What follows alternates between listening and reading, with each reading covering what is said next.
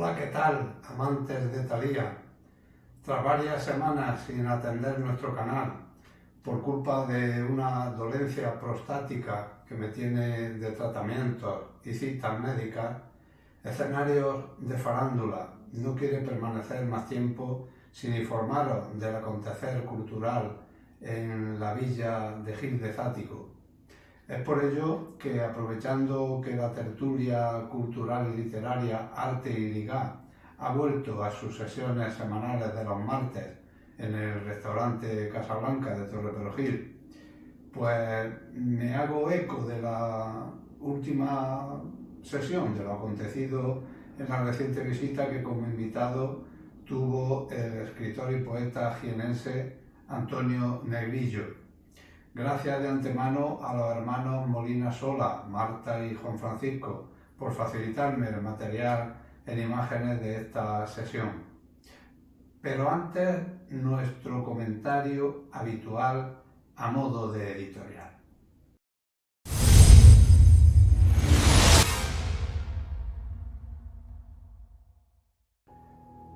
Después de escuchar a Guerra y González, me pregunto si la historia es un ente vivo en continuo movimiento o si se trata de una colección de fotos fijas, si la transición española es un punto de llegada, la meta final, o un punto de partida, si ese momento histórico es algo inamovible, como si el estado de las cosas hubiera agotado su capacidad para la evolución, si el problema territorial de España hubiera alcanzado su solución final o su estatus definitivo, es decir, cualquier foto o movimiento posterior lo único que puede suponer es un retroceso, porque el progreso es imposible.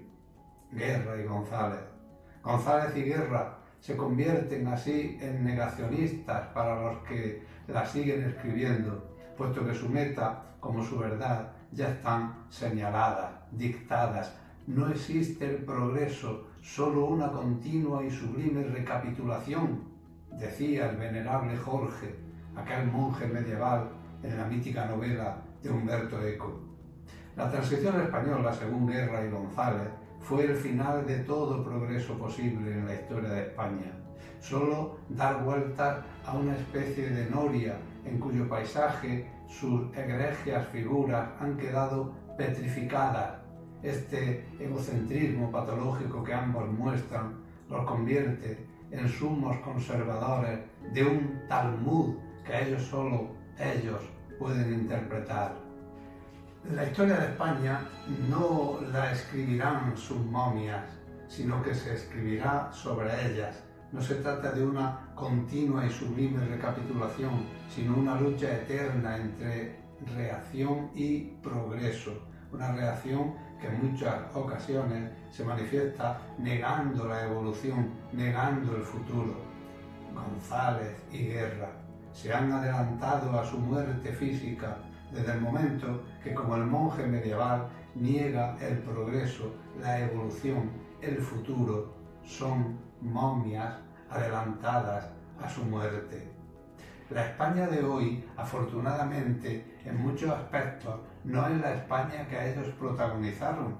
La herencia está ahí, pero la mejor manera de valorarla es usar su conocimiento para avanzar, algo que está fuera de sus posibilidades, incapaces de salirse de sus gafas miopes, de su ego avergentado.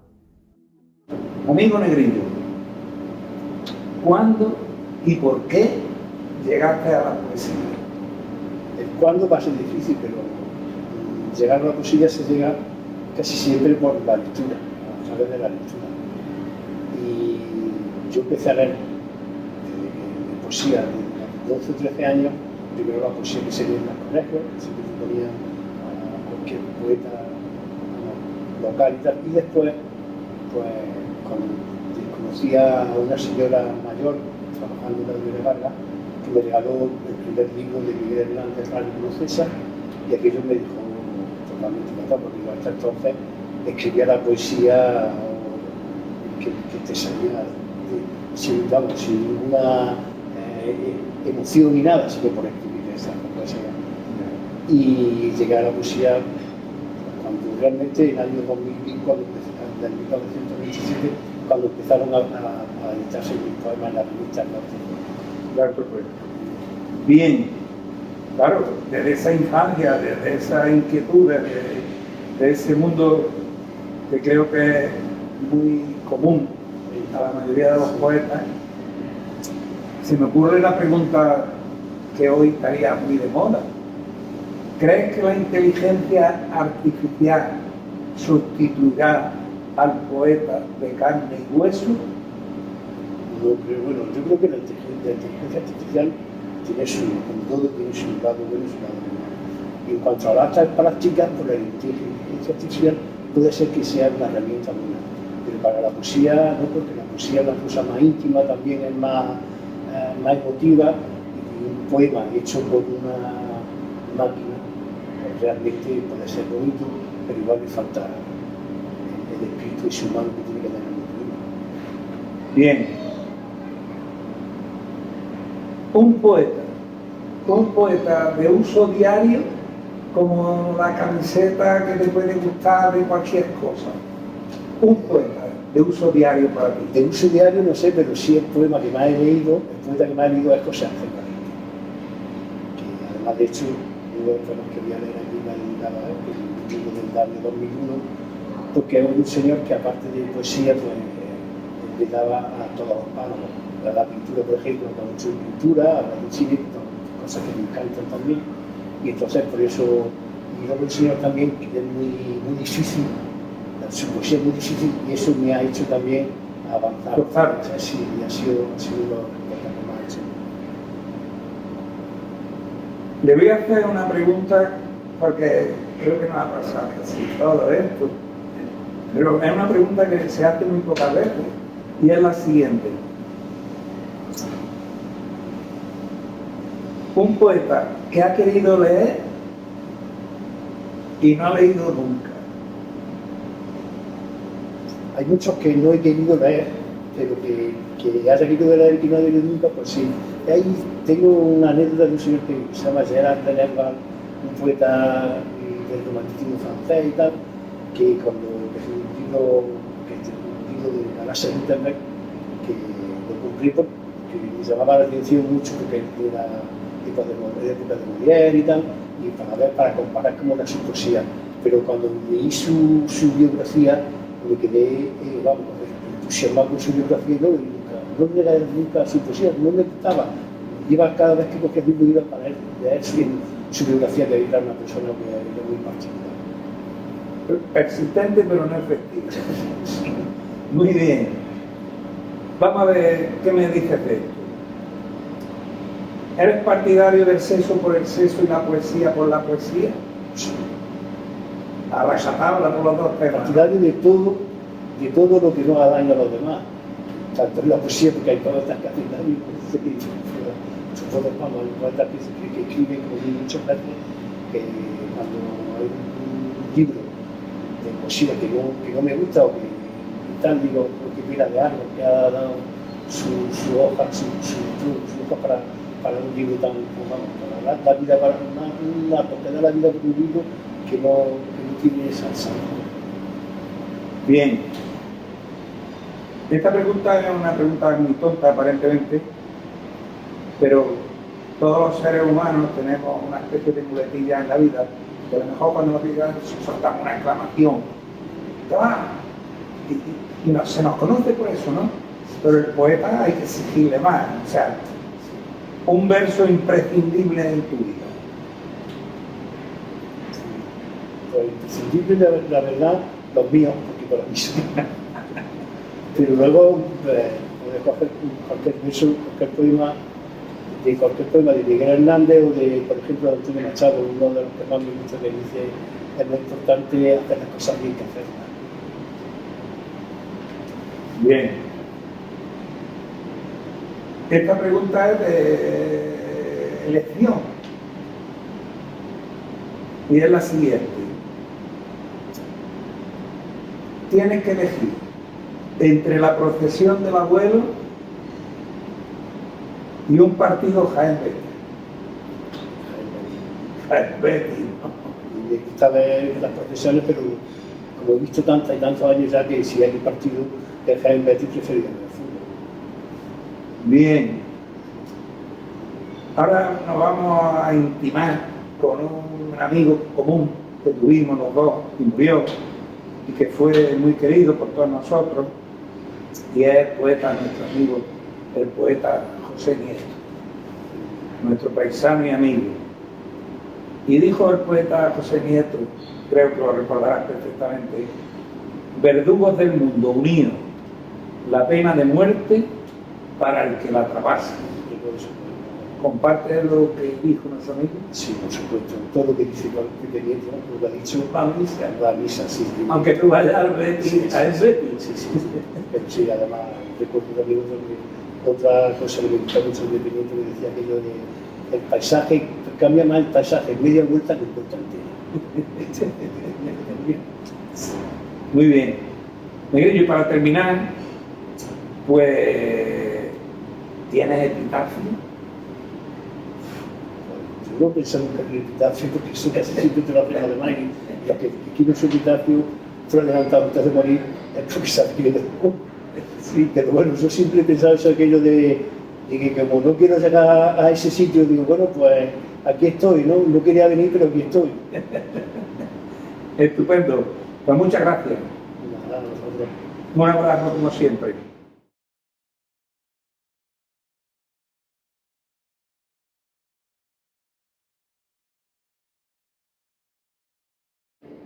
Se visten con las obras de un entierro los finos comensales que visitan tu mesa. Sudan savia de hinojo y regalí los rasgos más oscuros de sus telas.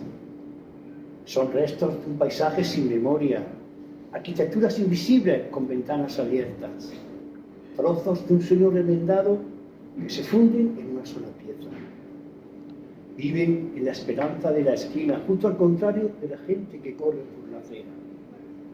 Partidarios de un mundo sin caminos siempre van por delante de sus huellas y todo el cielo es su tejado. Nada tienen y nadie los gobierna. Pintores, buscavidas, indigentes, bohemios, albañiles en paro, viajantes, hippies, poetas, músicos callejeros, curas pobres, invidentes, chorizos y rameras desembocan golosos al menú de tu casa, cuyo escote no más que unas pesetas.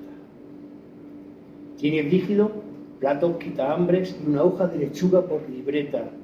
También tiene un lápiz que no escribe, un San Pancracio sin candela y unos dibujos que Carmelo firmó con vino y caldereta. Cuando la noche entra en los portales, se evapora el olor de la ginebra y en el suelo amarillo las hormigas comen migajas de lenteja.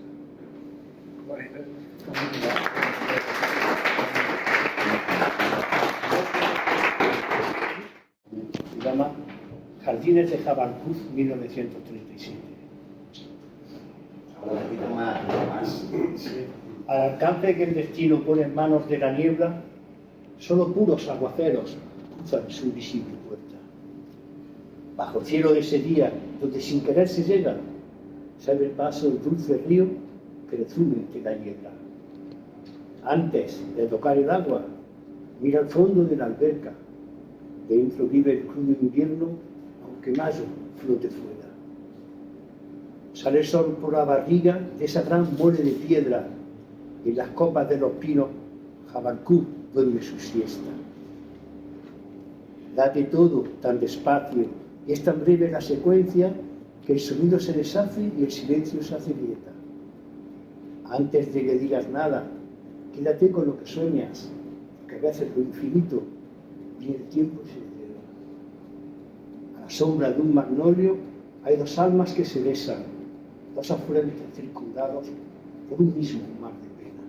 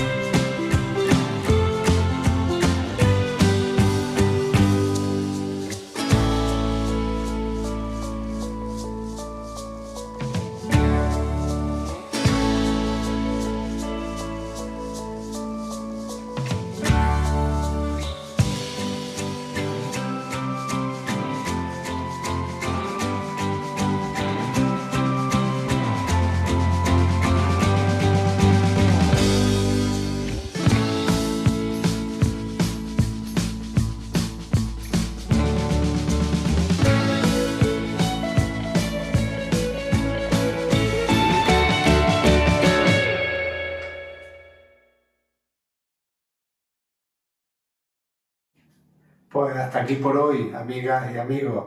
Espero que próximamente tenga la posibilidad de ir recuperándome y no dejar desatendido nuestro canal de literatura y cultura militante, que es Escenarios de Farándula. Gracias por estar ahí, sed felices, que eso es gratis todavía. Hasta la próxima, un beso a todas y a todos.